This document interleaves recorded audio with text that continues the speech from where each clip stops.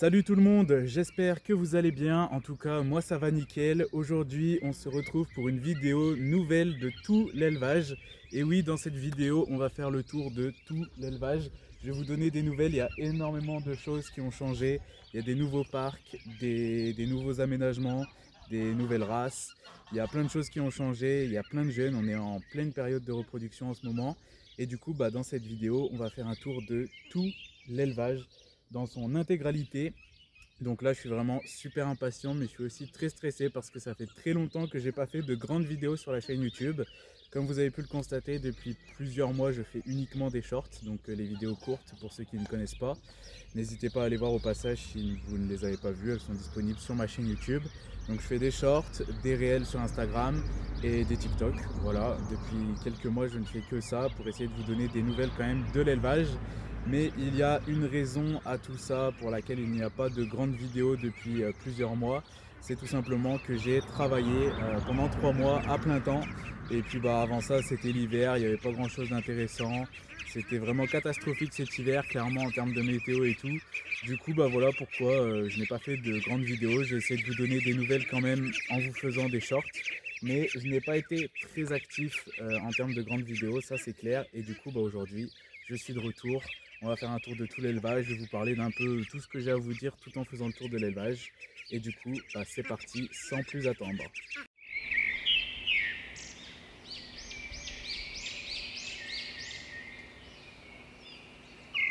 Alors c'est parti pour faire un tour de tout l'élevage. Donc on va dans un premier temps commencer par la plus grande partie de l'élevage, c'est-à-dire la partie où il y a les parcs de reproduction des canards domestiques, des oies domestiques, ainsi que les parcs des jeunes que vous n'avez encore jamais vus sur la chaîne YouTube parce qu'ils sont tout nouveaux.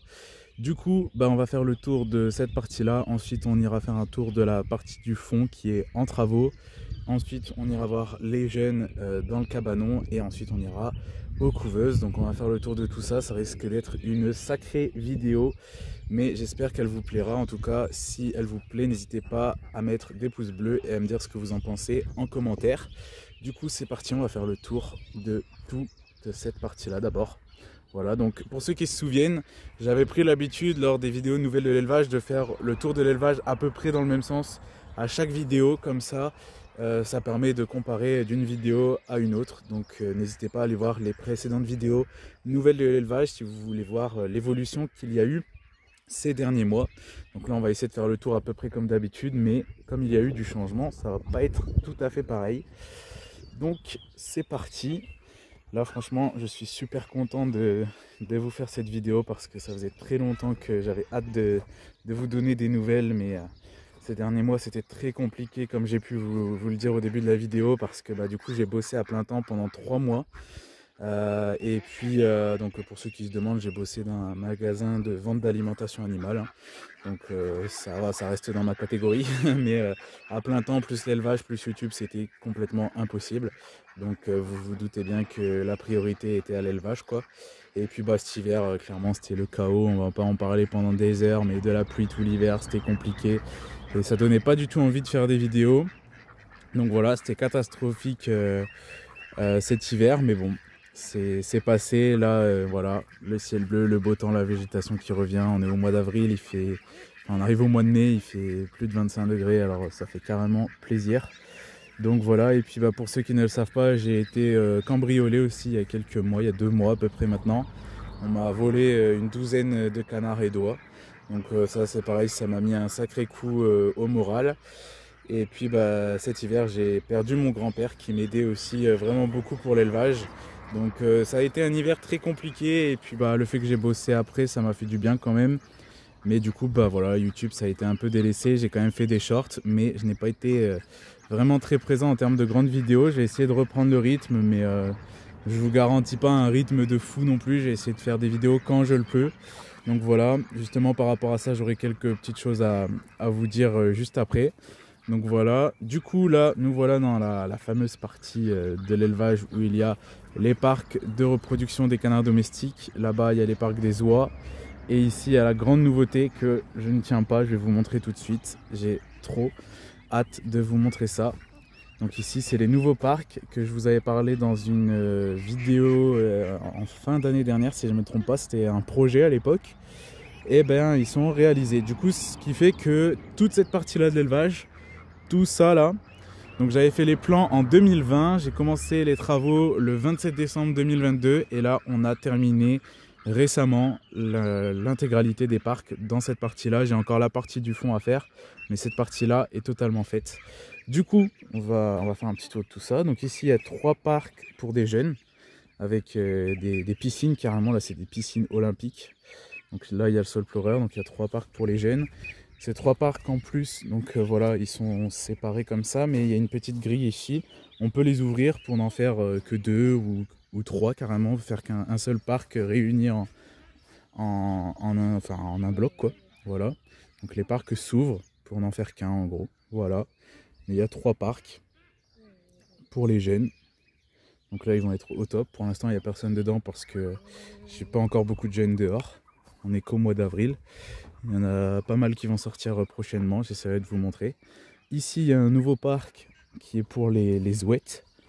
Donc là, voilà, la clôture juste ici, qui enchaîne sur la suite de l'allée du coup. Donc en fait, ça donne sur la suite de l'allée des oies qui est là-bas. Tac, ça fait ça, un petit décroché et ça vient là.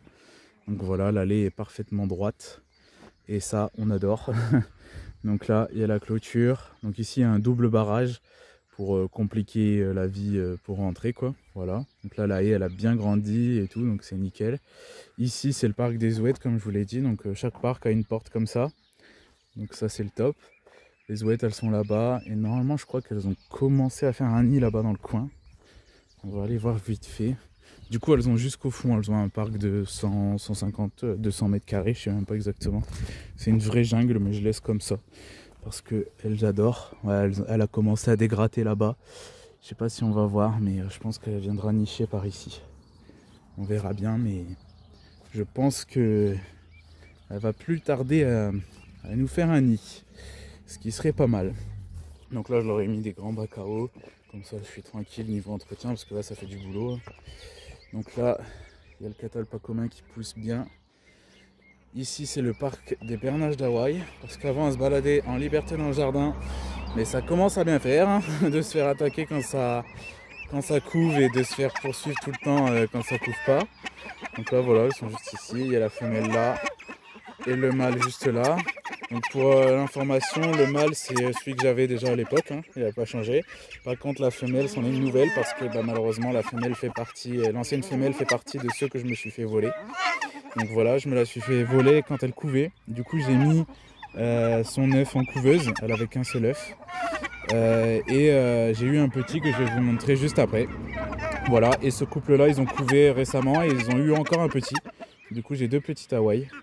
Mais là, je lui ai enlevé son petit parce que ici j'ai trop de prédateurs, les corbeaux, tout ça, ils prennent tous les petits. Donc je lui ai enlevé son petit malheureusement.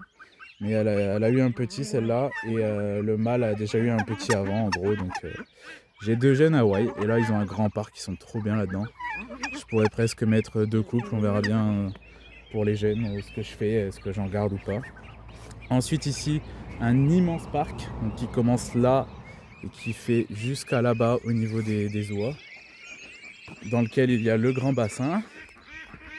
Tac, ça fait tout ça. C'est immense. Je ne vais même pas vous dire quelle taille il fait ce parc-là, mais il est immense.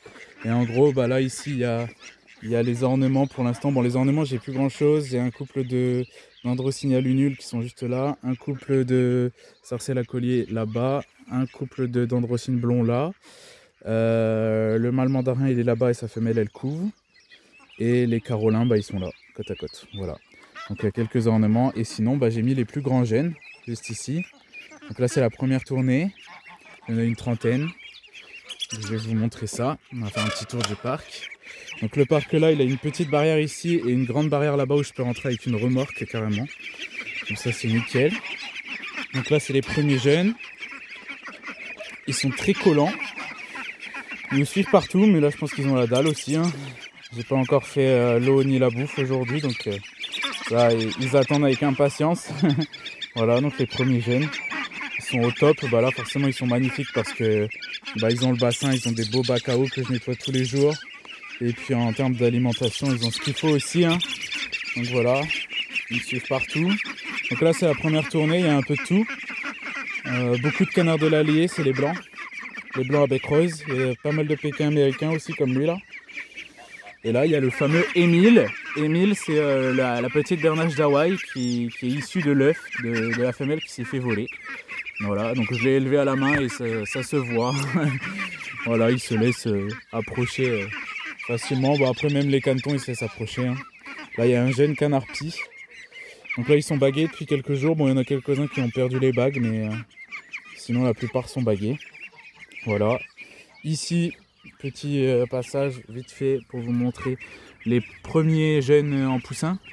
Donc pour information en poule, bon, je vous montrerai plus en détail après, mais maintenant je fais de l'Amrock et de la Bieffelder. Voilà. Donc deux nouvelles races. Donc l'Amrock, peut-être que vous aviez déjà vu l'année dernière, mais les Bieffelder, voilà, ça fait pas longtemps que j'en ai. C'est de la Bieffelder saumon coucou argenté. Et les Amrock, ce sont des Amrock barrés. Voilà. Donc là, ce sont les premiers jeunes. Il y a beaucoup de femelles dans cette tournée-là, mais j'en ai pas mal d'autres que vous allez voir après au niveau des éleveuses à l'intérieur du cabanon. Et du coup, pour les poussins, c'est pareil. Là, ils sont tous bagués, à part ceux que je suis sûr de ne pas garder. Sinon, voilà, ils ont tous leur bague. Comme ça, ils sont immatriculés. Voilà. Donc là, c'est la petite nouveauté, les poules. Bon, je ne vais pas faire beaucoup de races de poules. 2 races, c'est déjà bien. Donc les Amrock, je suis sûr à 100% que je vais continuer parce que vraiment, c'est une race que j'adore. Les Bieffelder saumon coucou argenté, je ne sais pas encore. Je suis un peu en phase de test pour savoir si j'aime bien. C'est la première année d'élevage et on verra bien si je continue ou pas.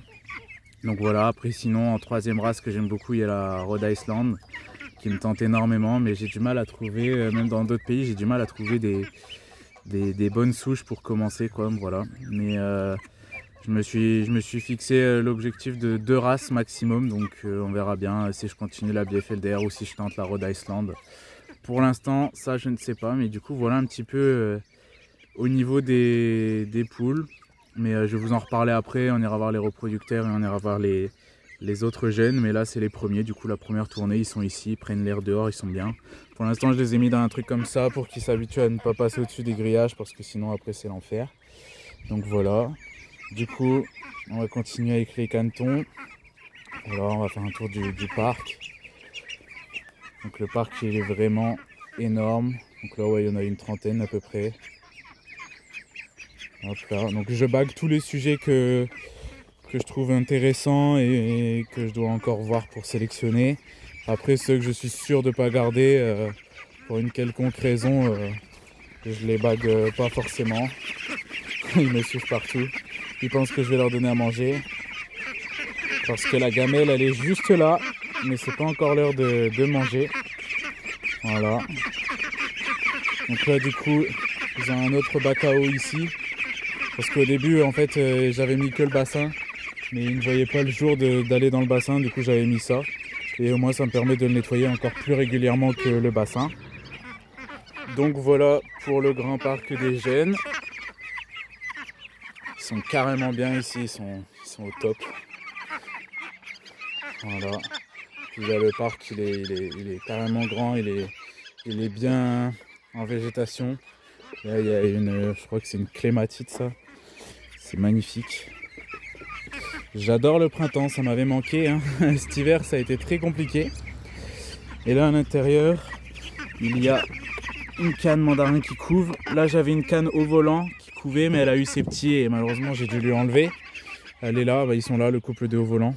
Une femelle sauvage foncée et un mâle noir. C'est une race qui ressemble beaucoup au colvert, mais qui est pas le colvert. Ils ont le bec plus long, une forme plus longue.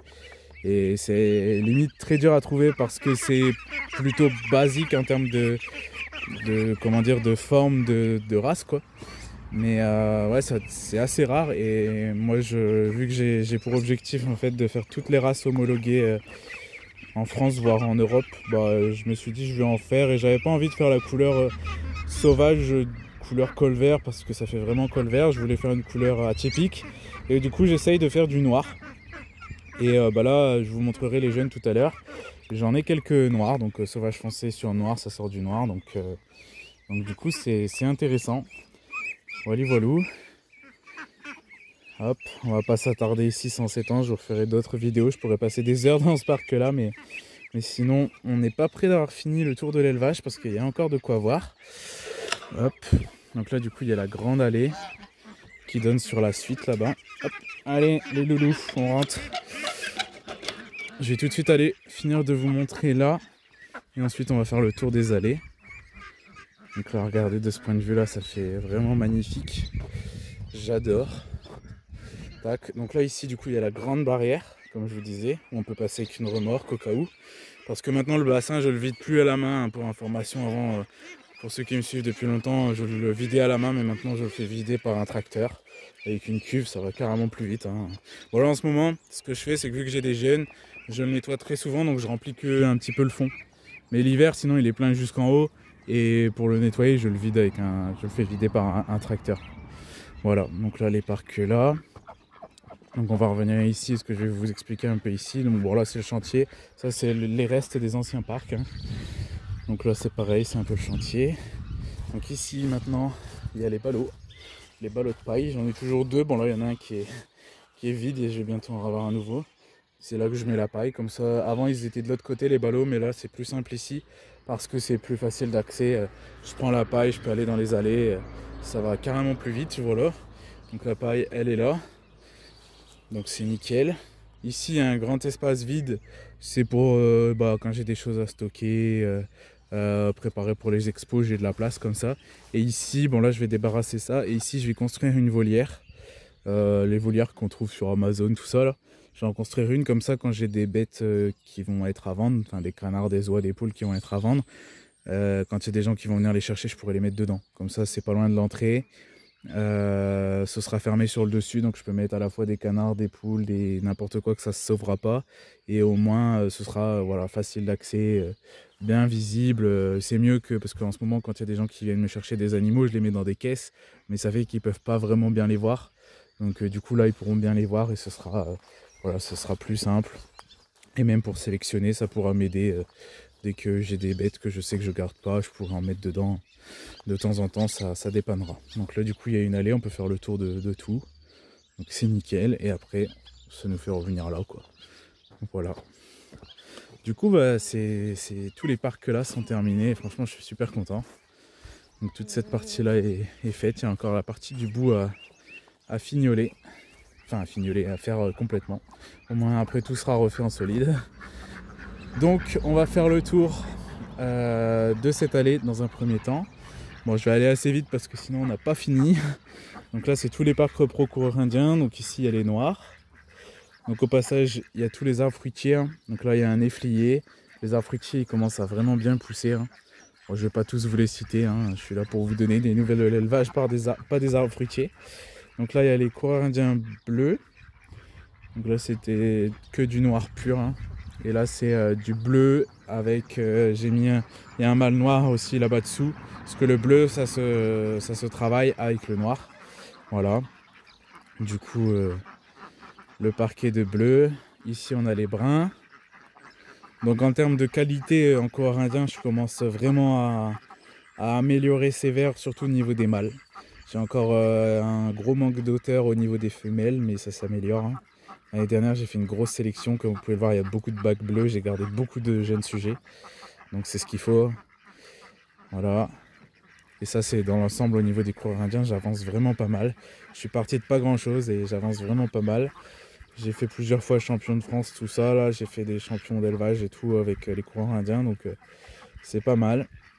Ici, il y a les blancs. Donc pour information, là en ce moment, ça fait 2-3 jours que j'ai remis de la paille dans tous les abris, que j'ai ramassé tous les œufs une dernière fois, et là du coup maintenant je les laisse couver. Voilà, je les laisse pondre, je les laisse couver. C'est la fin de saison, un mois avant l'année dernière. L'année dernière j'avais fait ça un mois après. Là je finis un peu plus tôt, mais j'ai déjà beaucoup de jeunes, et les cannes elles demandent à couver, et je sens qu'il va faire extrêmement chaud cet été, donc je me suis dit vaut mieux les laisser couver avant. Donc voilà, et vu qu'il y a certaines races, j'ai pas trop réussi en couveuse, je me dis qu'au naturel ça devrait marcher. Comme ça j'aurai ce que je veux. Voilà. Donc là, j'ai mis de la paille et ça va couver tranquillement. Là, d'ici 15 jours, ça va commencer à couver. J'essaierai de vous faire comme l'année dernière une grande vidéo pour vous montrer toutes les cannes qui couvent. Ça, j'avais trouvé ça stylé.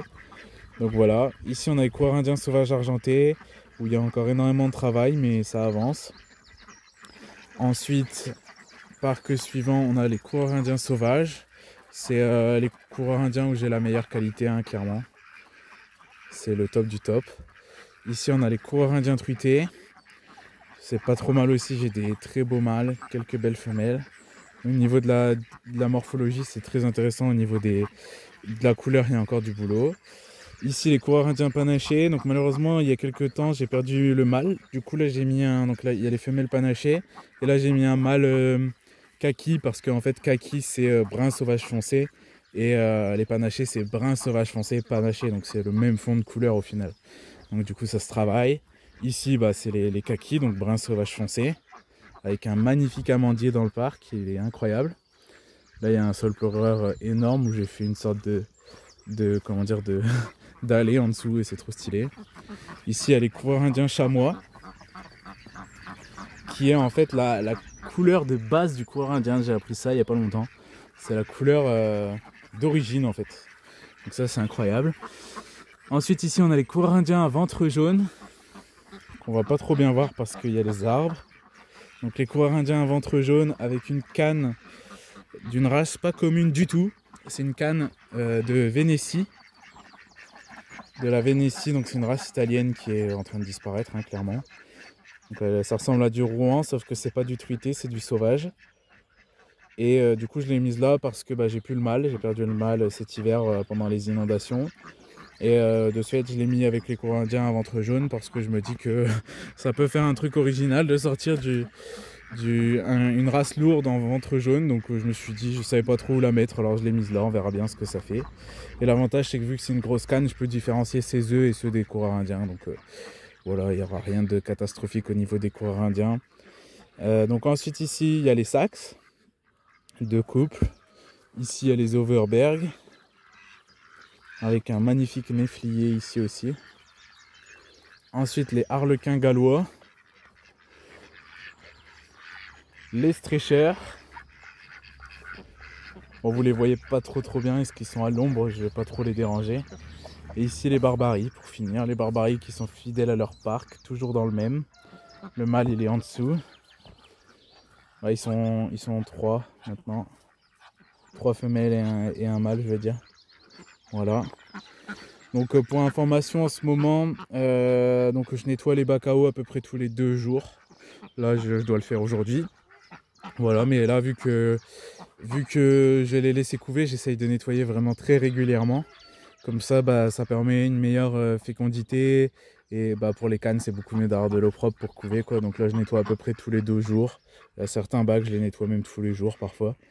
Donc voilà, et au niveau de l'alimentation, en ce moment, ils mangent très peu. C'est une période où ils mangent très peu parce que ça va commencer à couver tout ça. Mais je leur donne donc du blé, du mélange de céréales et du granulé. C'est une sorte d'équivalent à du granulé entretien en gros. Mais c'est du granulé pondeuse, mais spécial pour les canards, on va dire. Voilà. Donc c'est un peu des aliments faits sur mesure. J'ai ça chez Kazé d'Aliments pour information. C'est un jeune qui s'est lancé dans la fabrique d'aliments et du coup je prends tout ce qui est granulé, je prends ça chez lui. Donc voilà, et du coup je donne du granulé pondeuse en ce moment pour les repros et ça marche plutôt pas mal. Très bonne fécondité, aucun souci au niveau des coquilles d'œufs. Franchement c'est le top du top et en plus la qualité du plumage elle est excellente. Et là d'ici quelques temps je passerai à du calimu, c'est un granulé fait exprès pour la mue. Donc voilà. Du coup c'est excellent. Et après tout ce qui est céréales, je prends soit dans le magasin où j'ai travaillé justement, soit à la ferme quoi, pour information. Voilà, donc ensuite ici on a les Pékins allemands. Donc les Pékins allemands, j'ai galéré pendant des années parce que j'avais que des femelles, je trouvais pas de mâles. Et là ça y est, j'ai trouvé, j'ai eu quelques jeunes. Ici c'est les Pékins américains, j'en avais un peu plus avant mais j'ai gardé qu'un couple parce que ça reproduit à toute vitesse. Ici c'est les bourbours. Ensuite c'est les alliés, donc là on est dans les races blanches, hein, vous l'avez compris. Donc voilà, il y a des races où je garde beaucoup de sujets, des races où j'en garde moins parce que bah, ça dépend le nombre de jeunes que je veux sortir. Et puis voilà, j'essaye de quand même être assez sévère au niveau de mes sélections parce que je trouve que quand j'en garde trop, ça fait pire que mieux en fait. Et parfois, il vaut mieux en garder moins et avoir comment dire, une, une homogénéité dans les jeunes en fait.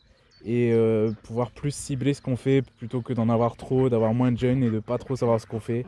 Donc voilà, ici il y a les UP. Donc les UP, là il y a, comme vous pouvez le voir, il y a un énorme mélange de couleurs. En fait à la base j'avais du sauvage en UP et là l'objectif, je me suis dit j'ai envie de changement au niveau du UP, j'ai envie de changer quelque chose, j'ai envie d'objectif et je voulais en fait me lancer dans la création du UP noir, du UP bleu et du UP brun. Du coup bah là j'ai du bleu, du brun, du lilas, du noir et j'essaye petit à petit d'éliminer le blanc. Voilà, d'éliminer le blanc sur chaque sujet. Donc voilà. Ensuite ici on a les duclair noirs qui sont vraiment excellents et c'est pareil, d'habitude j'en gardais plein et ça faisait n'importe quoi. Là j'en ai gardé 3 femelles et un mâle et je réussis beaucoup mieux au niveau de l'homogénéité des gènes et de la qualité. Ici on a les duclair bleus, donc voilà.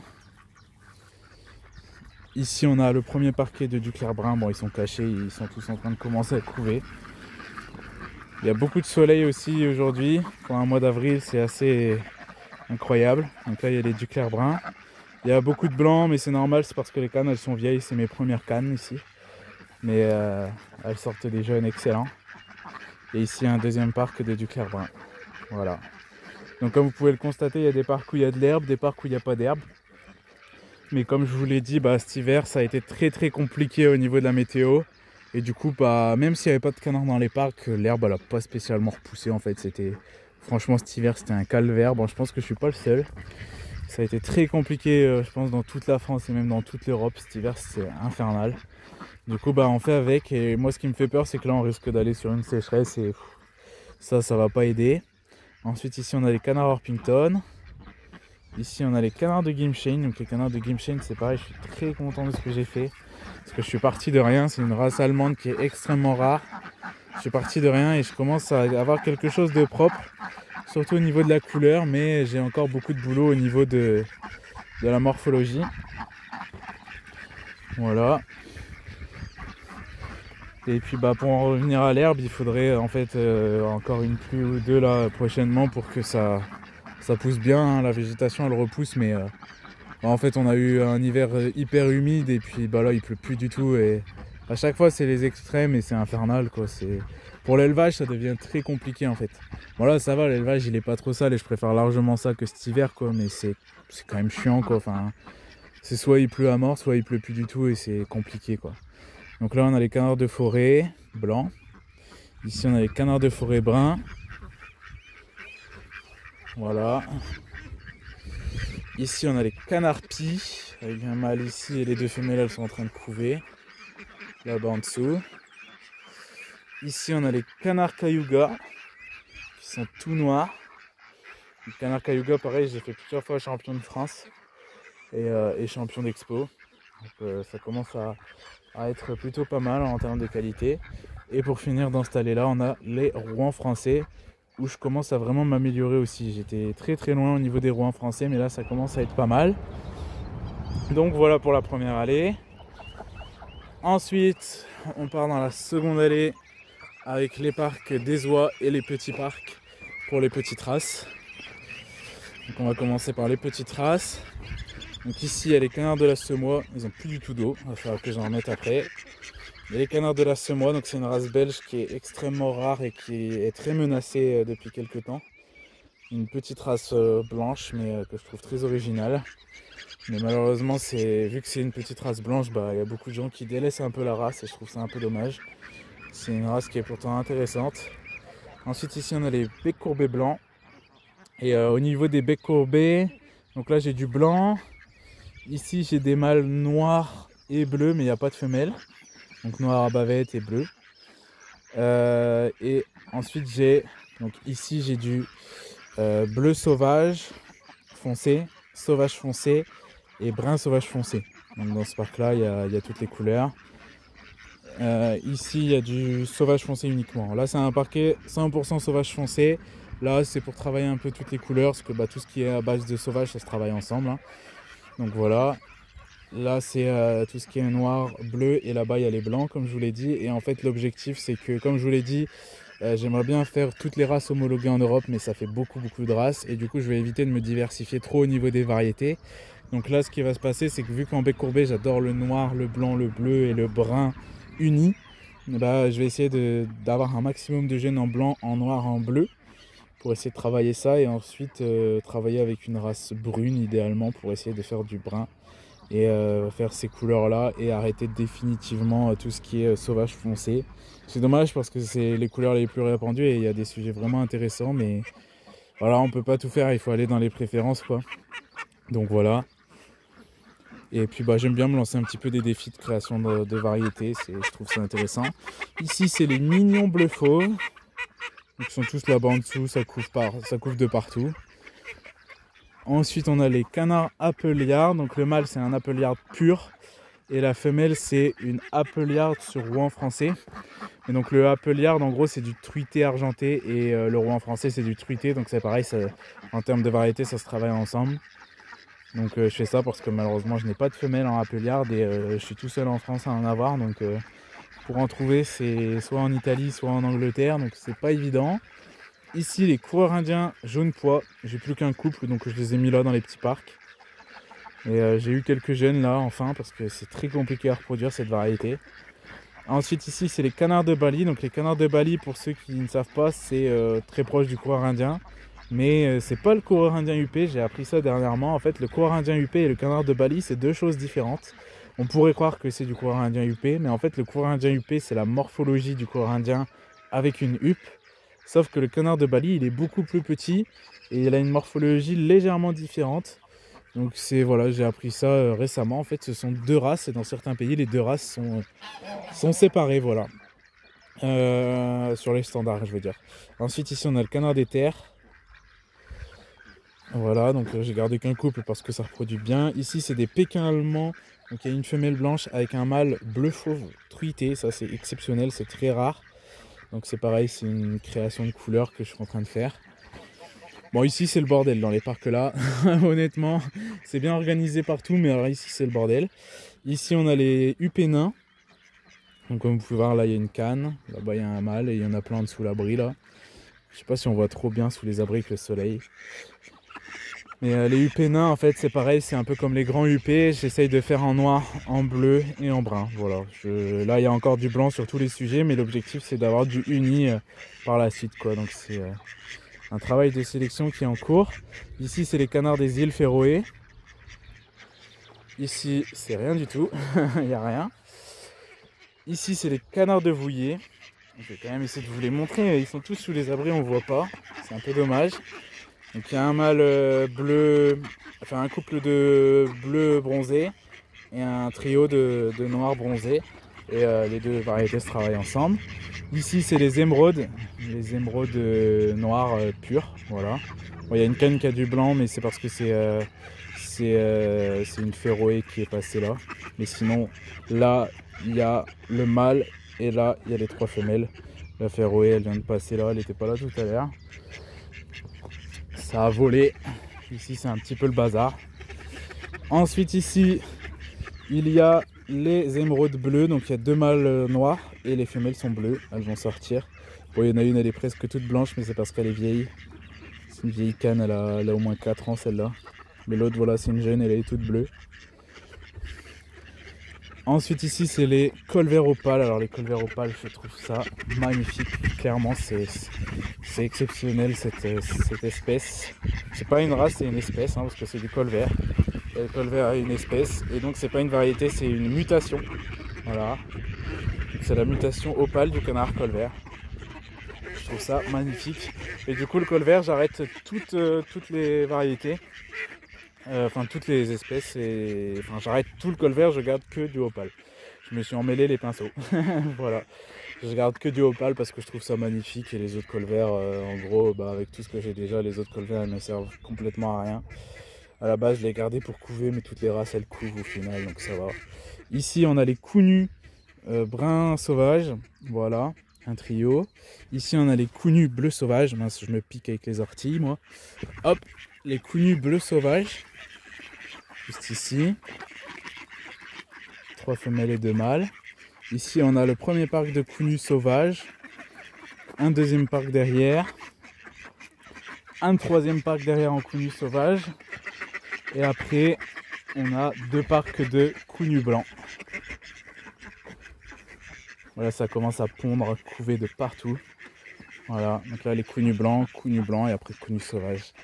Les counus, bah là, je pense que le brun sauvage finirait par arrêter.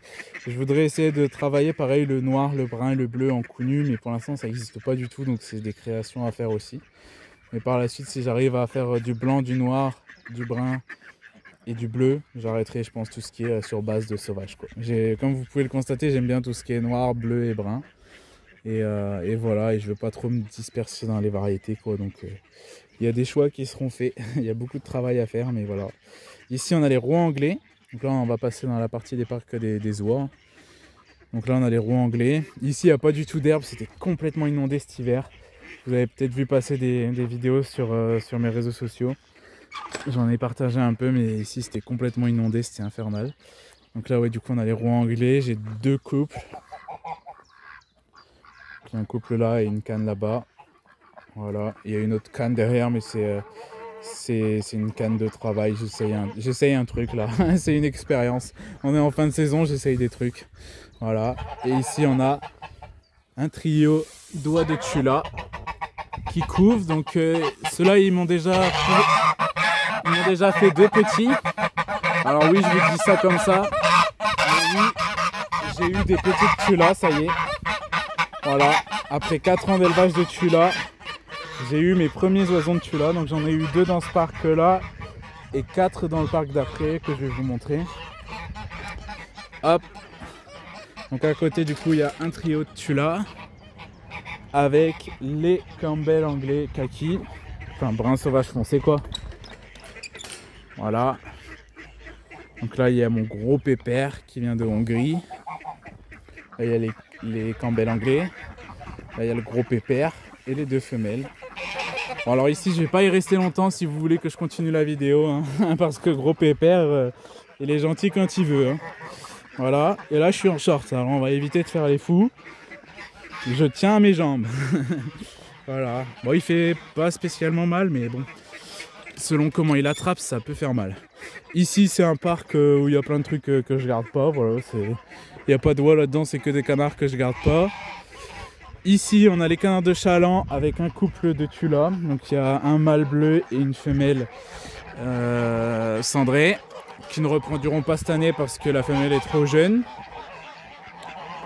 Voilà, le mâle bleu qui vient de Hongrie et la femelle cendrée qui vient d'Allemagne mais qui a qu'1 an, donc elle n'a pas pondu. Et ici on a les canards de Chaland. Voilà, j'en ai beaucoup les Chalands parce que c'est une de mes races françaises préférées avec le Duclair. Et pendant longtemps j'ai galéré à en retrouver, j'arrivais pas à les reproduire, c'était galère. Du coup là j'en ai gardé plus parce que sinon après on est vite mal pris. Voilà, ici c'est les mâles de secours. Voilà, c'est des mâles, parce que souvent j'essaye de laisser tous les mâles dans les parcs pro, mais des fois ils se battent. Et ici c'est le parc des mâles de secours. Voilà, donc là il y a un couple de Tula blanches ici. Pareil, ils sont jeunes, enfin la femelle surtout, du coup ça ne reproduira pas. Ici les Tula blanches, le deuxième parquet. Il y a, bon là elle est sortie du nid, mais il y a une femelle qui couve autrement. Voilà, donc on verra bien ce que ça va donner. Pour l'instant encore aucun gène de ce côté là. Ensuite dans ce parc là il y a également les Hut Game noirs et les Hut Game bruns. Donc pour information, les Hut Game bruns je vais arrêter parce que comme je vous l'ai dit, je veux pas trop me disperser au niveau des variétés. Et le fait que j'ai Hut Game brun, en fait les Hut Game bruns je suis obligé de les mettre avec des noirs. Et du coup ça fait que je suis obligé de faire 2 parcs parce que ma variété préférée c'est le Hut Game bleu. Et le noir et le bleu ça va ensemble, donc je pourrais les mettre dans le même parc si je voulais. Et vu que j'ai les bruns je suis obligé de séparer. Du coup je vais arrêter les bruns, comme ça va me faire gagner un parc. Et voilà, puis on peut pas tout faire, hein. Déjà, Game brun, Game bleu et Game noir, ce sera déjà vraiment très bien. C'est une race belge que j'aime beaucoup, qui est très rare et qui est très complexe. Mais on peut pas tout faire, donc voilà, la couleur brun, j'arrête. Surtout que la couleur brun, elle n'est pas homologuée en France. Et c'est loin d'être dans mes priorités de race à faire homologuer, quoi. Enfin, de variété. Le Game en France, il est homologué en noir et en bleu. Donc voilà, déjà, c'est bien. Faut pas... J'essaye de me raisonner un peu quand même parce que j'ai quand même beaucoup de choses. Déjà au niveau des oies, comme vous pouvez le constater, j'ai plus que des tulas et un couple de franconie justement qui sont ici, qui ont eu déjà 7 petits. Mais sinon j'ai arrêté les frisés, j'ai arrêté les guinées, j'ai arrêté les toulouses, j'ai tout arrêté pour me concentrer sur les tulas. J'ai juste gardé un couple de franconie parce que c'est magnifique et pour couver aussi, voilà. Les franconie elles vont me servir à couver les œufs d'oie quand je serai mal pris, les œufs de tulas. Parce que les tulas ça couve mais pas toujours très bien, donc voilà, la franconie elle... Je préfère garder quand même un couple d'une autre race, on sait jamais. Ça peut aider. Voilà, donc le couple de franconie. Et sinon, bah après, voilà, au niveau des tulas, j'ai plus que ça, j'ai plus aucune autre race d'oie. Donc comme ça me permet de me concentrer sur une race en particulier. Au niveau des poules, avant, je faisais beaucoup de races aussi. Là, comme je vous l'ai dit, je fais que Ambrock Bieffelder. Comme ça, c'est pareil, ça permet de se concentrer sur ça. Et l'Ambrock, je suis sûr de continuer. La Bieffelder, je sais pas encore. Mais voilà, au moins je reste, j'ai dit objectif au niveau des poules, pas plus de 2 races quoi. Voilà, il faut pas trop en faire. Par contre, bon, au niveau des canards, j'en ai beaucoup.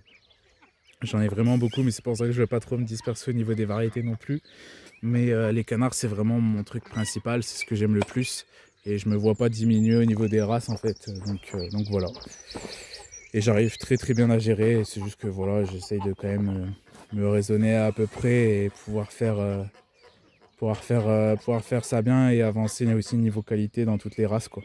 Donc là il y a le gros mâle cendré qui est extrêmement agressif, que j'ai depuis plusieurs années maintenant, avec la femelle noire en tula qui est la plus comment dire, plus précieuse à mes yeux. Je l'adore, voilà, elle est magnifique. Elle est juste là et là elle va bientôt arriver à la fin de sa couvaison et elle a 9 œufs, donc on verra bien ce que ça va donner. Donc en fait le noir, on pense que c'est pas véritablement du noir, mais ce serait plutôt une texture de plume qui rend le plumage noir, une sorte de plumage soyeux en fait. Donc ce serait du tula cendré, mais avec une texture de plume différente qui rend le plumage d'une autre couleur. Mais c'est comment dire, c'est transmissible aux jeunes quoi. Donc c'est possible que les jeunes naissent de la même couleur, voilà, mais c'est une expérience en train d'être réalisée. Donc voilà, pour cette partie-là d'élevage, on a fait tout le tour. On a fait tout. Donc là, vous pouvez voir les arbres fruitiers. Ici, il y a des magnifiques arbres. Le fait que j'ai tout retaillé au propre, tout ça, ça fait trop bien. Et bah là, ici, du coup, toutes les infrastructures sont terminées. Les abris sont tous à peu près bien faits. J'en ai juste quelques-uns rafistolés à changer l'année prochaine, mais sinon tout est à peu près bien fait. Et au niveau des bacs à eau, je laisse comme ça. Il y a juste les mangeoires que j'aimerais bien investir dans un truc nouveau pour l'année prochaine. Et sinon, le plus gros objectif qui me reste à faire par ici, c'est de réussir à avoir de l'herbe dans les parcs des oies. Donc là, ce que je vais faire, c'est finir la repro le plus tôt possible, vider tous ces parcs-là et semer du régras et que ça reste vide jusqu'à la saison prochaine. Voilà. Je pense que c'est faisable, mais c'est pas évident. Là, du coup, j'ai réinstallé des cuves ici. Comme ça, j'ai 2 cuves. C'est pratique pour l'eau. C'est facile d'accès dans l'allée. Voilà. Comme ça, c'est au top ici. Voilà. Puis de l'autre côté, j'ai des cuves aussi. Donc, comme ça, tout est facile d'accès. Du coup, voilà pour cette partie-là de l'élevage. Ensuite, là, il y a le potager. C'est en plein dans la saison. Là, ça commence bien le potager. Voilà, il fait un peu sec, mais bon, on va pas s'en plaindre. Je préfère sec que carrément humide comme on a eu cet hiver là. Même si bon, je pense que dans quelques semaines, quelques mois, si ça continue comme ça, je dirais plus la même chose. Enfin, on verra bien. On n'en est pas là. Donc voilà, et du coup, bah là, on a fini le tour de la première partie de l'élevage. On va aller voir la deuxième partie maintenant. Et la deuxième partie, il y a du boulot. Il va y avoir beaucoup de changements parce que bah, là, comme je vous l'ai dit, je vais refaire tout en solide, tout en définitif, tout en bien, tout en, comment dire, en facile d'entretien, facile à gérer.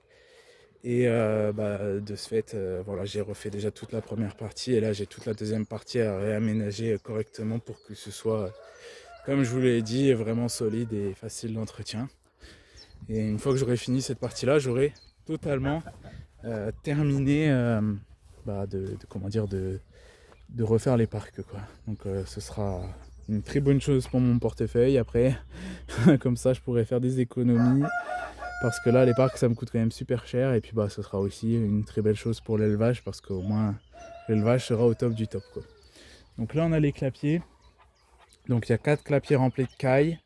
Avec 8 femelles et 2 mâles à chaque fois. Donc, je fais des œufs pour manger, pour la consommation. Puis les cailles, une fois qu'elles sont en âge d'être mangées, c'est pareil. Hein, voilà, c'est pour la consommation. Et voilà. Et j'en fais naître pas mal aussi chaque année. Ici, il y a le lapin, toujours fidèle à son clapier, il est toujours là. Et là, le mâle perdrix, mais les perdrix, vu que j'ai perdu mon grand-père cet hiver, comme je vous l'ai dit au début de la vidéo, et c'était pour lui les perdrix, donc là, on va arrêter les perdrix, quoi. Voilà. Et là, du coup, les clapiers, ils sont en train de se casser la tronche ici. Du coup, prochainement, on va les démonter, on va aller les reconstruire au niveau de là où je vous ai montré les cuves, là, juste avant. Ils vont être là, les clapiers, et il n'y en aura plus 6, il y en aura 15. Comme ça je pourrais stocker des choses dedans, pas forcément des bêtes mais je pourrais stocker mes mangeoires, abreuvoirs, tout ça l'hiver. C'est toujours pratique d'avoir des clapiers en plus. Mince, la porte elle n'est pas fermée ici. Je me disais bien que il y avait beaucoup de monde dehors. La porte n'est pas fermée. Bon, c'est pas grave, on va les rentrer en vidéo, hein. Voilà, normalement ils vont rentrer toutes seules. Je vais les chasser. Donc là du coup ici c'est le giga bordel, clairement. Il n'y a pas d'autre terme pour décrire ce qui se passe ici. C'est vraiment le bordel. Bon, il n'y a rien de grave, hein, mais j'ai tout qui est mélangé ici parce que c'est la fin de saison. Oh, ils vont me faire aller jusqu'au bout. Hop, voilà. Allez, zou. Voilà, donc là en gros, ici il y a les pondeuses donc de mes parents, principalement des coups nus. Donc il y a toutes les pondeuses. Il y a mes dindes et mes pintades. Et il y a aussi, oh là là, ils sont chiants. Ils sont chiants. Et il y a aussi donc les Bieffelder, les reproducteurs, donc, et les Amrock. Voilà, donc tout le monde est là. Tout le monde est ici mélangé parce que là, les Amrock, les Bieffelder, j'avais fait la repro dans une serre. Et là, il fait super chaud, donc du coup, là, je les ai sortis. Et puis de toute façon, j'ai eu tout ce que je voulais au niveau des jeunes. Donc là, au niveau des poules... c'est fini, voilà, j'ai réuni tout ensemble pour la fin de saison. Il faut que je trie les Amrock, les Bieffelder, parce que je ne vais pas tout garder. Au niveau des pondeuses, on a certainement quelques-unes qui vont passer à la casserole. Et au niveau des pintades, je dois en faire partir 1 ou 2. Donc je vais faire de la place. Et puis là, prochainement, dès que j'aurai fait le tri là-dedans au niveau des sujets, je vais faire une petite cloison ici. Tac, ils vont être enfermés là-dedans. Et ensuite, je vais m'attaquer aux travaux de cette partie-là parce que là, comme vous pouvez le constater, c'est vraiment moche. Donc ensuite, l'année prochaine, il y aura donc des parcs repro pour les poules ici. Donc il y aura 4 parcs de reproduction pour les poules. Donc 2 pour les Amrock et 2 pour la deuxième race. On ne sait pas si ce sera les Bieffelder que je vais continuer ou sur les Rhode Island que je vais partir. Il faut que je vois, il faut que je réfléchisse encore à ça. Mais en tout cas, les Amrock, ça c'est sûr, elles vont rester. Après, la deuxième race, je ne sais pas encore. Et puis, si j'arrive pas à me décider que je préfère vraiment les Amrock, au pire, je ferai peut-être que les Amrock. Mais comme je vous l'ai dit, maximum 2 races. Donc là, au niveau des poules, c'est en train de se dessiner. Mais dans tous les cas, il y aura 4 parcs de repro pour les poules. Et il va y avoir un parc de reproduction pour les dindons et les pintades aussi. Voilà. Et ensuite, ici, il va y avoir un grillage. Tac, là. Et ici, ça va être le parc des ornements. Voilà, les ornements ils vont revenir ici. Comme ça, de l'autre côté, ce sera uniquement les jeunes. Voilà. Un coq Amrock, il est magnifique celui-là. Et ensuite, ici, il va rester un grand parc pour les pondeuses quand même. Hein. Voilà, je tiens à le préciser. Bon, on aura moins de pondeuses parce que du coup, vu que je fais 2 races de poules, je ne mets pas tous les œufs en couveuse et du coup, j'ai toujours des œufs à manger, quoi. Donc on fera un peu moins de pondeuses, mais on en fera toujours. Voilà, donc par ici, il va y avoir beaucoup de changements. C'est un peu flou là. J'ai du mal à vous expliquer parce que c'est pas évident à vous expliquer comme ça en vidéo, quoi. Mais ça va se faire prochainement. Là, je suis en train de finir les plans. Et d'ailleurs le bassin ici je vais le refaire hein, pour information. Je vais refaire le bassin ici, parce qu'ici c'est tout en friche, hein, c'est tout démonté. J'ai aussi quelques clôtures sur l'extérieur du terrain à refaire, enfin bref. Voilà, il va y avoir des aménagements de refait ici. Mais voilà, je suis en train de faire les plans et les travaux devraient se commencer bientôt. Et j'aimerais avoir terminé avant le début de l'hiver, quoi. Donc même si possible avant l'automne.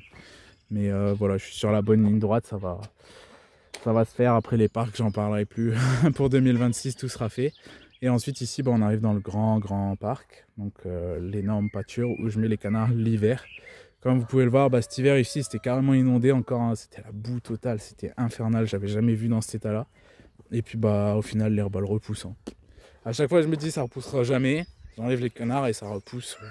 Puis là, ça va être encore vide pendant 2 mois. Alors ça va être une jungle. Je vais même être obligé de tondre, je pense. Donc tant mieux après. Hein. Comme ça, quand je les mets en parc d'hiver, ils sont facilement 1 mois ou 2 avec de l'herbe. Et puis après l'herbe elle est rasée, ils ont plus d'herbe c'est sûr, mais bon ça l'hiver c'est inévitable avec autant de canards. Hein. Mais voilà. Et puis là c'est là où je brûle mes branches. Voilà. Mais du coup voilà un petit peu pour le grand parc. Là il y a des arbres un peu qui poussent tout ça, donc c'est cool. C'est carrément cool. Et l'hiver ils sont carrément bien ici. Donc voilà pour le grand parc, on a fait le tour de tout. On va dire que l'élevage est divisé en 3 parties, la partie des parcs repros par là, la partie des poules qui sera ici là que je viens de vous montrer juste avant, et puis le grand parc ici pour l'hiver quoi. Donc ici en gros c'est là où je réunis tous les canards pour l'hiver quoi. Et maintenant ce qui est bien c'est que j'ai plus rien à y faire en fait, à part le tondre une fois de temps en temps, sinon dès que j'enlève les canards je fais plus rien quoi. Ça reste tel quel et c'est tout quoi. J'ai rien à y faire, niveau entretien c'est zéro quoi. C'est pour ça c'est le top du top et c'est ce que je voulais quoi. Une fois que les clôtures elles sont faites après c'est tellement plus simple à entretenir quoi. Donc voilà, et du coup en travaux il me restera plus que cette partie là que je vais bientôt attaquer et que je vous montrerai soit pendant la construction soit après quand j'aurai terminé. Voilà. Du coup, on a fait le tour de tout ça et on va tout de suite aller voir maintenant les jeunes dans le cabanon. Alors nous voilà maintenant au cabanon, mais juste avant de vous montrer les jeunes, je vous montre rapidement les tourterelles. Donc j'avais un couple à la base, mais ils se sont très bien reproduits. Voilà, donc là j'en ai 5, donc il y a 3 jeunes du coup. Voilà, c'est pas très propre, j'ai du nettoyage à y faire. Et ici il y a les pigeons. Et pour information, les pigeons, donc c'est des cigognes de Saxe rouges et noirs, mais pour information, les pigeons, j'arrête définitivement. Donc ceux-là, ils vont bientôt partir, j'en ai encore 3. Voilà. Et ensuite, je ferai que des tourterelles. Je veux faire un peu plus de tourterelles, donc il y en aura dans la cage ici et il y en aura dans celle du dessous. Voilà. Je vais arrêter les pigeons pour faire plus de tourterelles. Voilà. Donc là, on arrive au cabanon. Donc ici, il y a tous mes récompenses des 2 dernières années avec les plaques de champion de France. Voilà, il y a un peu de tout. Donc je me suis mis à les accrocher ici. Comme ça, il fallait bien que je les mette quelque part. Hein. Faut le montrer, c'est les récompenses. Ça fait toujours plaisir. Bon, ici il y a du bruit. Beaucoup de bruit parce qu'en ce moment c'est vraiment rempli. Il y a beaucoup de jeunes. Donc on va aller dans l'ordre. On va commencer par là-haut. Donc ici, ce sont des Amrock et des Bieffelder. Donc c'est la 3e tournée, ceux-là. Donc là, il y en a une 30aine à peu près là-dedans. Donc là, je ne les ai pas encore triés, ils sont encore à l'intérieur, mais ils vont bientôt sortir dès que je vais pouvoir les baguer. Donc ils vont super bien. Là, il y a beaucoup d'Amrock et il y a beaucoup de coqs dans cette tournée-là. Ensuite, ici, il y a des cailles. Beaucoup de cailles. Il y en a à peu près 50. J'en ai fait naître 300, vous avez pu les voir dans mes vidéos short. J'en ai fait naître 300, mais j'en ai fait partir chez des amis, tout ça. J'en fais pas que pour moi. Et là, déjà, dans ceux-là, j'en vends parce que j'en ai encore trop. Donc, si vous êtes intéressés, j'ai des cailles de disponibles, des fauves à nuque noire, donc Isabelle, et des sauvages, donc la couleur classique, quoi. Il y a des blanches aussi. Donc, voilà. Si vous êtes intéressés, j'en ai encore un peu à vendre. Et ici, il y a aussi quelques Bieffelder, quelques poussins. Voilà. que j'ai mis ici parce que j'avais pas assez de place dans une autre éleveuse. Voilà. Ensuite ici, il y a les canetons. Donc il y a... c'est la deuxième et la troisième tournée réunies. Voilà, il y en a des un peu plus grands. Donc il y a tous les canetons. Il y a aussi quelques poussins que j'ai mis là. Parce que ça commençait à saturer dans une autre éleveuse aussi. Mais sinon, c'est pas ouf de mélanger poussins et canetons. Faut éviter de le faire. Hein. C'est pas terrible. Là-bas, au fond, il y a une petite bernache d'Hawaï. C'est la petite dont je vous parlais tout à l'heure, qui est issue du couple que j'ai actuellement en Hawaï. Et là-dedans, il y a aussi quelques oisons. Donc il y a les franconies. Il y en a 6 de franconies. Elle en a eu 7, mais elle en a perdu 1. Donc il y a 6 franconies. Et il y a, attention, quelque chose d'exceptionnel. Je vais vous en attraper un. Hop. Des bébés Tula. Donc là, c'est dans les premiers. Hop, je vais le poser parce que je ne le tiens pas bien. Et au total, j'en ai 6. Voilà, donc il y en a 3 ici dans cette éleveuse-là. Et 3 dans cette éleveuse-là qui sont un peu plus petits. Je vais vous les montrer un peu mieux après. Et sinon, pour en revenir à cette éleveuse, il y a de tout là-dedans. En caneton, il y a vraiment de toutes les races. Je crois qu'il n'y a aucune race qu'il n'y a pas. Donc de toutes les races que vous avez vues là en faisant le tour, il y a de tout là-dedans. Je ne vais pas vous les citer, sinon on n'a pas fini. Mais ce qu'il y a le plus, c'est des coureurs indiens. Voilà. Après, c'est logique, j'ai beaucoup de reproducteurs en coureurs indiens, quoi. Voilà, mais il y a du cougnou, il y a du chaland. Après, en rare, il n'y a pas énorme... comment dire? Qu'est-ce qu'il y a de plus rare? Je dirais que c'est peut-être les chalands. J'ai toujours du mal à les... Enfin, c'est pas vraiment rare en termes de rareté de la race. C'est par rapport à moi qui ai du mal à les reproduire. Qu'est-ce qui est le plus exceptionnel là-dedans? Je dirais les... Bon, il y a les tulas, mais en canard, c'est les chalands, quoi. Les chalands, je galère depuis quelques années. Donc là, je suis content d'en avoir. Ensuite, 4e éleveuse. Donc ici, on a les 3 petites tulas dont je vous parlais, les 3 dernières, les plus petites. Je les ai mises ici parce qu'avec les autres, elles se font bousculer. Et avec eux, il y a les petits dont je vous parlais tout à l'heure, les hauts volants. Donc il y a des hauts volants sauvages foncés comme... Hop, je vais vous les attraper. Celui-ci, c'est un sauvage foncé, hein, comme la mère. Et il y a des noirs comme le père. Voilà. Donc ça, c'est assez cool, je suis content. Puis j'en ai eu... Elle m'en a fait 14. Et honnêtement, avec 14, j'en ai assez, quoi. Je suis content. Donc, comme quoi, des fois, les couvées naturelles, c'est mieux que la couveuse parce que en un seul coup, ils ont tout leur caneton et puis parfois, c'est suffisant pour la sélection, quoi. Regardez ici, la petite tula. C'est incroyable, leur bec. Franchement, je suis super content d'avoir des petites tulas. Voilà. Et c'est pas tout. On a ici aussi une autre éleveuse. Donc avec le reste c'est des poussins, donc ceux qui avaient avec les cailles, il y en a encore ici, voilà. Donc ici il y a des amrocs. Donc les amrocs c'est les noirs avec la tête blanche là. Hop. Et les Bieffelder. Donc les Bieffelder, tant que j'y suis, je vais vous montrer vite fait. Donc c'est une race qui est autosexable. L'amroc aussi, mais c'est plus dur l'amroc à sexer. Mais voilà les Bieffelder, ici on a une poule et ici un coq. Donc il y a une grosse différence de couleur. Les amrocs, ça s'autosexe aussi, mais c'est moins évident. Je peux vous montrer si vous voulez. Hop, j'ai un peu du mal à filmer là. Donc là, on a une poule, elle a du blanc sur la tête, mais pas beaucoup. Et là, il y a un coq. Voilà.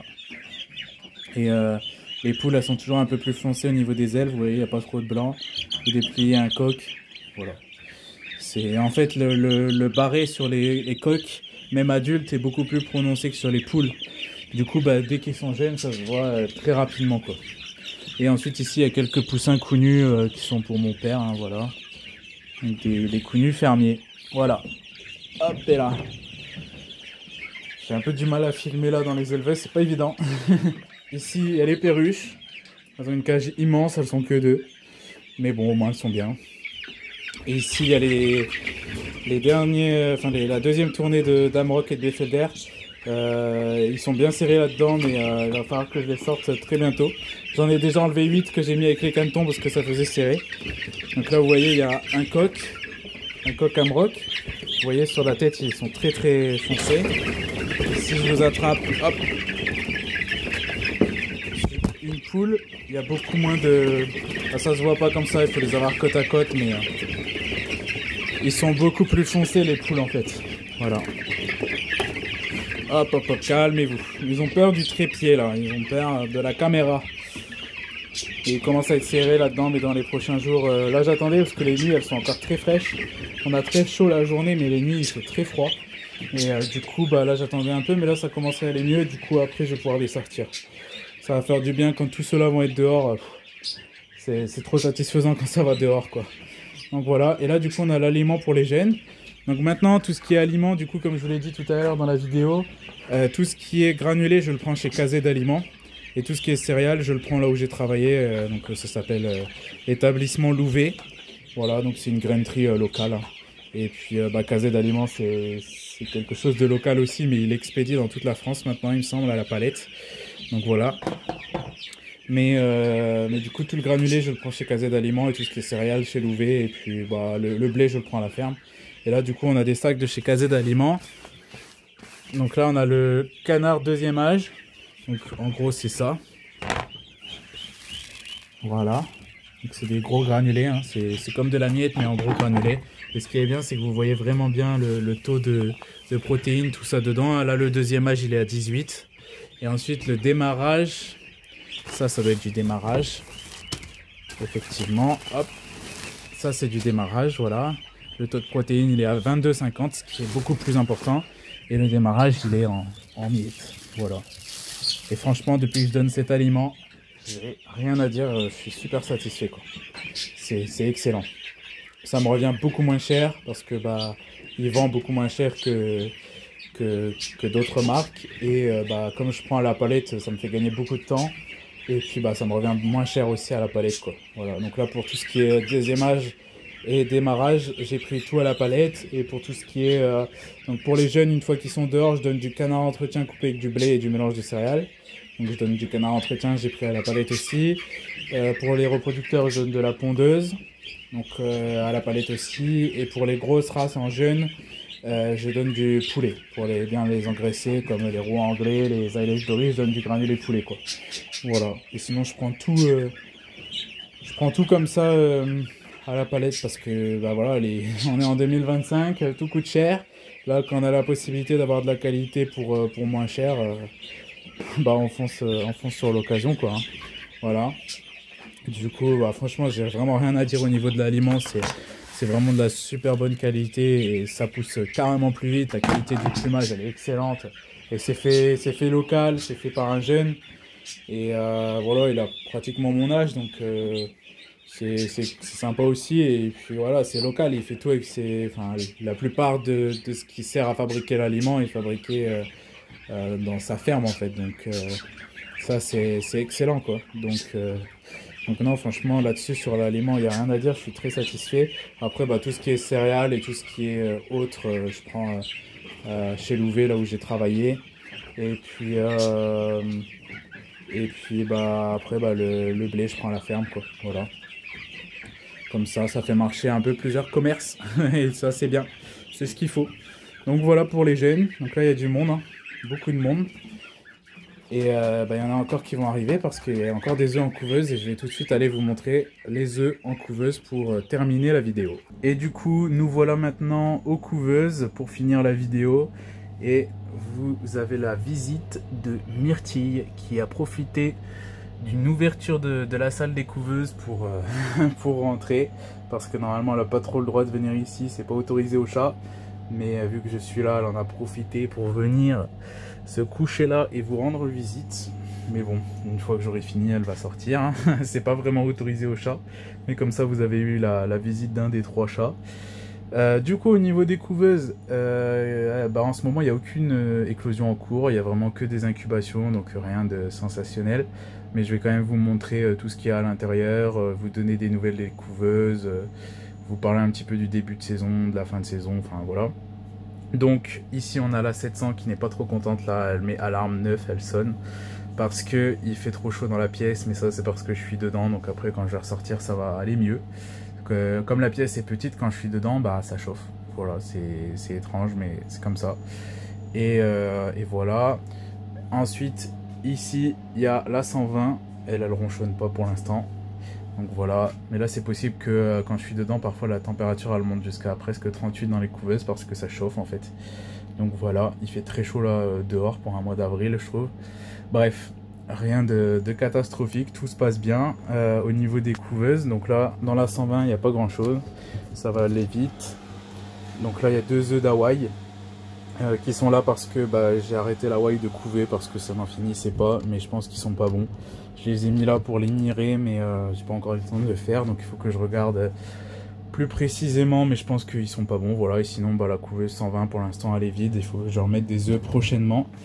Ensuite, là 700, il y a plein d'œufs. Voilà, bon, en bas le panier d'éclosion il est vide.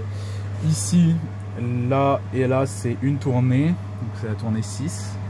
Il y a au total 150 œufs à peu près. Et là, hop, tout ça c'est la tournée 7. Voilà, qui devrait arriver dans 15 jours, 3 semaines là maintenant. Donc il y a encore pas un moment. Là j'ai une petite pause, on va dire, sans trop d'éclosion pendant 15 jours, 3 semaines. Là ça va faire du bien, parce que là je sors d'une période où il y avait beaucoup d'éclosions quand même. Donc voilà, du coup à l'intérieur de celle-là. Et voilà, rien de plus à dire, elle fonctionne bien. Donc là comme vous pouvez le voir, il y a ça qui pendouille. C'est une sonde à température et à humidité qui est reliée à ça, que j'ai acheté il y a quelques mois à la ferme de Beaumont, parce que j'ai été embêté au début de saison, parce que j'avais des pertes monstrueuses dans cette couveuse là et pas dans l'autre, alors je comprenais pas trop. Et en fait il s'avère que c'est l'humidité dans les œufs qui a posé problème. En fait je vais vous expliquer. On entend souvent dire que l'humidité dans les couveuses c'est pour ramollir les coquilles, mais ça c'est vraiment une grosse connerie. L'humidité dans les œufs c'est vraiment pour le développement de la poche d'air. Enfin dans la couveuse je veux dire, l'humidité dans la couveuse c'est vraiment ça joue sur l'humidité des œufs et donc le développement de la poche d'air. Et en fait plus il y a d'humidité, plus la poche d'air va avoir du mal à se développer et moins les canetons auront d'air pour éclore, donc des pertes forcément avant la naissance. Et inversement, quand c'est trop sec, la poche d'air se développe trop et les canetons ils ont plus assez d'eau pour se développer et ils meurent. Donc il faut trouver vraiment le juste milieu. Et là en fait au début de saison, dans la 120, elle arrivait vraiment bien à gérer l'humidité, la température, etc. sans aucun souci. Donc là, elle est toujours programmée à 37,7 et 55 sans souci. Voilà. Par contre, dans la 700, en fait, le fait qu'il y ait beaucoup d'œufs, ça faisait une humidité énorme dans la couveuse qui ne se fait pas d'habitude, alors que j'ai déjà fait ça dans la 700. En fait j'ai découvert que c'est par rapport à la saison. En fait cette année on a eu beaucoup de pluie cet hiver, tout ça, et en fait l'humidité ambiante est beaucoup plus élevée, l'humidité des œufs était beaucoup plus élevée, que ce soit à l'intérieur et à l'extérieur. Du coup l'humidité dans la couveuse était vraiment énorme. Du coup j'ai baissé de 10% l'humidité dans la couveuse, ça a tout doucement baissé l'humidité des œufs et j'ai eu beaucoup moins de pertes ensuite. Voilà, mais dans la 120, aucun souci, je peux laisser à 55, ça fonctionne. Que dans la 700, là j'ai dû redescendre à 45. Donc du coup j'avais acheté ça pour faire un peu des tests. Et comme vous pouvez le voir, la température entre un peu plus bas et en haut, elle est très différente. Bon là je viens d'ouvrir, donc forcément l'écart il est énorme. Et puis ils n'ont pas la même façon de recalculer, celui-là il est plus long à faire remonter la température que celui-là. Mais il y a à peu près toujours 1 degré de différence entre là et le bas. Mais bon, c'est une grande couveuse, donc c'est normal aussi. Mais voilà, j'essaye d'adapter aussi, de trouver le juste milieu pour qu'il n'y ait pas comment dire, une trop grosse différence, quoi. Mais j'ai réussi à régler le problème, mais je vous avoue que j'ai vraiment galéré au début. Et en fait, il s'avérait que c'était vraiment que l'humidité ambiante qui jouait en fait sur tout ça. J'ai réussi à régler le problème, mais c'était pas évident. J'essaierai je dis toujours de vous faire une série de vidéos pour vous expliquer un peu mon expérience avec les Simuca, tout ce que je sais, tout ce que j'ai vécu, et voilà. Parce que là, dans une vidéo nouvelle de l'élevage, je vais pas vous parler de ça pendant des heures, mais je pourrais vous faire plein de vidéos si vous voulez pour vous en parler. Il faut que je trouve le temps de le faire une fois, mais j'aimerais bien vous faire des vidéos pour vous expliquer un peu tout ça. Donc voilà, parce que les Simuca c'est vraiment les meilleures couveuses selon moi pour débuter et même pour des professionnels, hein. Et il suffit de les prendre en main, c'est pas compliqué à prendre en main, mais il faut des bonnes, comment dire, des bonnes explications pour y arriver, quoi. Donc voilà, il commence à y avoir des belles vidéos sur YouTube pour expliquer, mais voilà, j'aimerais bien faire un peu aussi des vidéos pour compléter par rapport à ce que j'ai vécu aussi. Et parce que au final, l'incubation, c'est du cas par cas, hein. Ça dépend de votre région, ça dépend de la marque de la couveuse, ça dépend de la météo, ça dépend de beaucoup de choses. Ça dépend des espèces aussi, ça dépend des races. Enfin, on ne peut pas se fier à ce que je fais là pour faire par exemple la même chose avec des poules ou dans une Brinsea par exemple, c'est impossible. L'incubation, c'est pas compliqué à comprendre, mais il faut repartir de la base pour vraiment comprendre quoi. Donc voilà, même moi qui avais plusieurs années d'expérience, j'ai dû repartir de zéro là en début d'année, me dire mais qu'est-ce qui ne va pas, repartir de A pour retourner à Z pour comprendre en fait. C'était compliqué, mais une fois qu'on a pris le truc, c'est voilà, mais il peut y arriver des passages comme ça où on comprend pas qu'il y a un problème. J'ai même pensé à un moment que c'était la couveuse qui était le problème, mais pas du tout, c'était juste l'humidité. Et c'est un problème parmi tant d'autres, c'est juste qu'il faut avoir vraiment tout en tête. Et il faut vraiment comprendre tout de A à Z, quoi. C'est pas évident, mais c'est pas non plus compliqué comme certains pourraient le dire, quoi. Voilà, c'est assez facile à prendre en main, il faut juste bien se concentrer et puis vraiment penser à tout, quoi. Donc voilà. Bref, du coup, on a fait à peu près le tour, je pense que je vous ai tout dit. Du coup, bah là, j'ai eu pas mal de bons résultats quand même sur les dernières incubations. Les premières un peu catastrophiques, mais voilà, là, ça va. J'ai connu mieux. Honnêtement, si je dois placer sur... par rapport aux précédentes années, j'ai connu mieux, mais voilà, il y a des années comme ça aussi, hein. Au niveau des poules, excellent. Au niveau des canards, c'était compliqué, mais bon, ça le fait quand même. Et voilà, hein, je suis quand même content de l'année. On va dire qu'il a fallu que je mette plus d'œufs pour réussir, mais bon, il y a des années comme ça où c'est pas toujours tip top. Mais là, ça va mieux et c'est ce qui compte. Et avec les couvées naturelles, ça va pas mal aider aussi. Donc voilà. Du coup, je pense que je vous ai à peu près tout dit sur les incubations. Sinon, bon, dans la pièce, rien n'a changé. Toujours mon petit tableau, le lavabo, tout le matos. Et voilà quoi. Et Myrtille qui profite de la vidéo pour rester ici, mais qui va très rapidement sortir de là. Et voilà, on a terminé le tour de tout l'élevage. J'ai été vraiment super content de vous montrer tout ça, de vous donner des nouvelles. Ça m'a fait vraiment super plaisir de faire cette vidéo. J'espère que vous, de votre côté, vous avez aimé la vidéo. Elle était très longue, je sais, mais j'espère que vous avez regardé jusque la fin et qu'elle vous a plu. Si c'est le cas, n'hésitez pas à mettre des pouces bleus, à me dire ce que vous en avez pensé en commentaire. Et bien évidemment, je vais essayer de vous faire des vidéos plus régulièrement. Là, c'était pas évident pendant cette période. J'espère que vous avez compris pourquoi. Mais je vais essayer de faire au mieux pour vous faire des vidéos régulièrement. Je vous promets pas un rythme très régulier de vidéos, mais je ferai de mon mieux pour vous faire un maximum de vidéos et vous donner des nouvelles de l'élevage régulièrement. N'hésitez pas à aller voir aussi les shorts, les réels sur Instagram, les TikTok qui seront toujours très nombreux. Ça, j'arrive à en faire très souvent. Pour la fin de la vidéo, vous avez un petit au revoir de Émile, la petite bernache d'Hawaï. Donc voilà, et puis n'hésitez pas du coup à me suivre sur les réseaux sociaux où du coup, comme je vous l'ai dit, je suis très actif. Et voilà, n'hésitez pas à partager la vidéo, à activer la cloche des notifications pour être mis au courant des prochaines vidéos. Et sur ce, bah, moi je vous souhaite une très bonne journée, une très bonne saison d'élevage. Et je vous dis à très bientôt pour une prochaine vidéo. Salut!